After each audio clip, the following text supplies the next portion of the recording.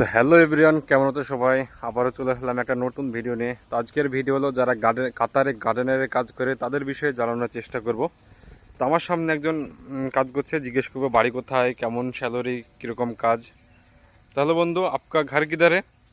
मेरा घर नेपाल। नेपाल से है। आप कतर में कितने साल से हो? मेरा तो अभी 6 महीने हुआ है। 6 महीना। गार्डनर का काम अच्छा है? अच्छा है। कितना घंटा काम करना पड़ता है आपको? अभी तो 8 ही घंटा कर रहा हूँ। 8 ही घंटे। आउट और नहीं, टाइम नहीं दिया। ओवर टाइम नहीं दिया। खाना बनाने खुद बनाते हो, कंपनी देता है?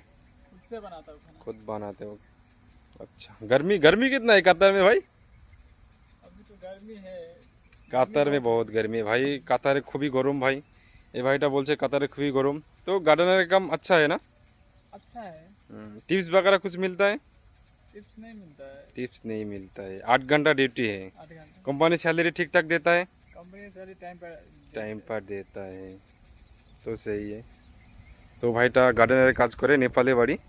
তো এই দেখো ভাই, গার্ডেনের কাজ এরকমই কাজ।